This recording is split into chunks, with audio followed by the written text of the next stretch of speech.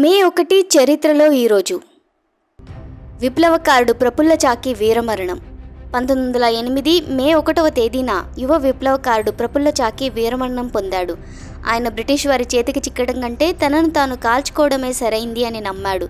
కేవలం 19 సంవత్సరాల వయసులో ప్రఫుల్ల చాకి విప్లవకారుడు ఖుదీరాం బోస్తో కలిసి బీహార్ ముజఫర్పూర్లో Calcutta chief presidency magistrate Douglas Kingsford కారుపై 1908 ఏప్రిల్ 30వ తేదీన బాంబు విసిరారు. కింగ్స్ఫోర్డ్ చాలా క్రూరమైన న్యాయమూర్తి. ఆయన కలకత్తా మెజిస్ట్రేట్గా ఉన్నప్పుడు బెంగాల్ విభజన సమయంలో నిరసన తెలిపిన విప్లవకారులకు చాలా క్రూరమైన శిక్షలు విధించాడు. విప్లవకారుల పట్ల అతనికి ఉన్న ద్వేషాన్ని చూసి యుగాంతర్ కమిటీ సమావేశం నిర్వహించి కింగ్స్ఫోర్డ్ను చంపాలని నిర్ణయించారు. దీనికోసం ఖుదీరాం బోస్ ప్రఫుల్ల చాకిని ఎంపిక చేశారు. కానీ దురదృష్టవశాత్తు విప్లవకారులు బాంబు విసిరిన కారు బ్యారిస్టర్ కెన్నడీది అని తేలింది. అందులో అతని భార్య, కుమార్తె ప్రయాణిస్తున్నారు. ఆ పేలుడు ధాటికి బండి భాగాలు ఎగిరిపోయాయి. ఆ తర్వాత ప్రఫుల్ల చాకి, ఖుదీరాం బోస్ సంఘటనా స్థలం నుండి 25 కిలోమీటర్లు నడిచి రైల్వే స్టేషన్కి చేరుకున్నారు. దీనిని ఇప్పుడు ఖుదీరాం బోస్ పూసా రైల్వే స్టేషన్ అని పిలుస్తారు. వీరిని బ్రిటిష్ పోలీసులు వెంబడించారు. మే 1వ తేదీన బ్రిటిష్ వారు ఇద్దరిని చుట్టుముట్టారు. ఆ తర్వాత ప్రఫుల్ల చాకి బ్రిటిష్ వారిచే బంధించబడకుండా తనను తాను కాల్చుకున్నాడు. అయితే ఖుదీరాం బోస్ అలా చేయలేకపోయాడు. 1908 ఆగస్టు 11న కేవలం 18 ఏళ్ల వయసులో అతడిని ఉరితీశారు. ప్రఫుల్ల చాకి, ఖుదీరాం బోస్ బ్రిటిష్ వారి వల్ల వీరమరణం పొందిన అతి పిన్న వయస్కులైన భారతీయ విప్లవకారులు. రామకృష్ణ మిషన్ ఏర్పాటు. 1897 మే 1వ తేదీన స్వామి వివేకానంద భారతదేశంలోని ముఖ్యమైన సేవా సంస్థలలో ఒకటైన రామకృష్ణ మిషన్ను స్థాపించారు.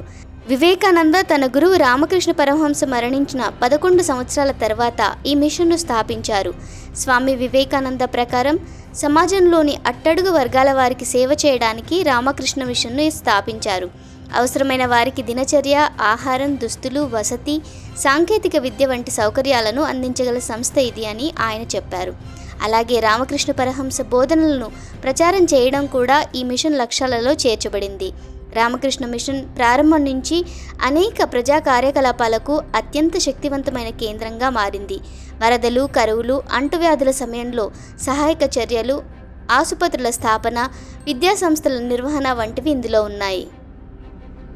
గుజరాత్, మహారాష్ట్రల ఏర్పాటు. గుజరాత్, మహారాష్ట్ర 1960 మే 1వ తేదీన బొంబాయి రాష్ట్రం నుంచి గుజరాత్, మహారాష్ట్ర అనే కొత్త రాష్ట్రాలుగా విడిపోయి ఉనికిలోకి వచ్చాయి. ఈ రోజును మహారాష్ట్రలో మహారాష్ట్ర దినోత్సవంగాను, గుజరాత్లో గుజరాత్ దినోత్సవంగాను జరుపుకుంటారు. నిజానికి ఈ రెండు రాష్ట్రాలు ఎన్నో పోరాటాల తర్వాత ఏర్పడ్డాయి. 1956లో రాష్ట్రాల పునర్వ్యవస్థీకరణ చట్టం ప్రకారం రాష్ట్రాలు భాషా ప్రాతిపదికన విభజించబడ్డాయి. దీంతో ముంబాయి రాష్ట్రంలోని ప్రత్యేక రాష్ట్రం డిమాండ్ పెరగడం మొదలైంది. ఈ ప్రావిన్స్లో మరాఠీ, గుజరాతీ భాషలు మాట్లాడేవారు. రెండు భాషలు మాట్లాడేవారు ప్రత్యేక రాష్ట్రాన్ని డిమాండ్ చేస్తూ ఉద్యమం ప్రారంభించారు. మహాగుజరాత్ ఉద్యమం నిర్వహించారు. అదే సమయంలో మహారాష్ట్ర డిమాండ్ కోసం మహారాష్ట్ర కమిటీని ఏర్పాటు చేశారు. చివరకు 1960 మే 1వ తేదీన అప్పటి నెహ్రూ ప్రభుత్వం ఈ ప్రావిన్స్ను మహారాష్ట్ర, గుజరాత్లుగా విభజించింది. కానీ బొంబాయి నగరం విషయంలో చిక్కులు ఎదురయ్యాయి. అనేక గొడవల తర్వాత బొంబాయిని మహారాష్ట్ర రాజధానిగా మార్చారు. అదే నేటి ముంబై. గాయకుడు మన్నాడే జయంతి. 1919 మే 1వ తేదీన ప్రముఖ నేపథ్య గాయకుడు మన్నాడే కోల్కతాలో జన్మించారు. తన సింగింగ్ కెరీర్లో ఎన్నో ఎవర్గ్రీన్ పాటలు పాడారు. ఆయన ప్రత్యేకమైన పాటల శైలి ఇతర గాయకుల నుండి వేరుగా నిలిపింది. ఆయన అద్భుతమైన గానమాధుర్యాన్ని లాగా చునరి మే దాగ్, ఏక్ చతురునార్, బాబూ సంజో ఇషారే వంటి పాటలలో వినవచ్చు. 5 దశాబ్దాలు తన మధురమైన కెరీర్లో బెంగాలీ, గుజరాతీ, మరాఠీ, మలయాళం, కన్నడ, అస్సామీ భాషల్లో 3500కు పైగా పాటలు పాడారు. మొహమ్మద్ రఫీ వంటి పెద్ద గాయకులు మన్నాడే ప్రతిభకు ముగ్ధులు. రఫీ ఎన్నోసార్లు మన్నాడేను పొగిడేవాడు. ప్రజలు నా పాటలు వింటారని, నేను మన్నాడే పాటలు మాత్రమే వింటానని రఫీ చెప్పేవారు. సంగీత రంగంలో ఆయన చేసిన సాటిలేని కృషికి గాను మన్నాడేకు పద్మశ్రీ, పద్మవిభూషణ్ అవార్డులు లభించాయి. మేడే. మే 1ని అంతర్జాతీయ కార్మిక దినోత్సవంగా జరుపుకుంటారు. షికాగో కార్మిక ఉద్యమం జ్ఞాపకాలు మే 1న కార్మిక దినోత్సవాన్ని జరుపుకునేలా చేసింది.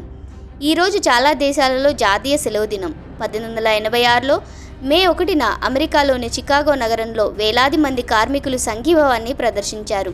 పని గంటలు 8 గంటలుగా నిర్ణయించాలని, వారంలో ఒకరోజు సెలవు ఇవ్వాలని వారి డిమాండ్. దానికి ముందు కూలీలకు టైమింగ్స్ ఉండేవి కావు. వారికి ఎటువంటి నియమాలు, నిబంధనలు లేవు. 15 నుంచి 15 గంటలు నిరంతరాయంగా పనిచేసేవారు. 1889లో ప్యారిస్లో అంతర్జాతీయ సోషలిస్ట్ సదస్సు జరిగినప్పుడు మే 1వ తేదీని కార్మికులకు అంకితం చేయాలని నిర్ణయించారు. ఈ విధంగా క్రమంగా మే 1వ తేదీని ప్రపంచవ్యాప్తంగా కార్మిక దినోత్సవంగా జరుపుకోవడం ప్రారంభమైంది. దేశంలో మేడే 1923న చెన్నైలోని labour Kisan party of Hindustan ద్వారా ప్రారంభించబడింది. అప్పటి నుండి భారతదేశంలో ప్రతి సంవత్సరం ఈ దినోత్సవాన్ని జరుపుకుంటారు. అనేక రాష్ట్రాల్లో మే 1న సెలవు దినం కూడా.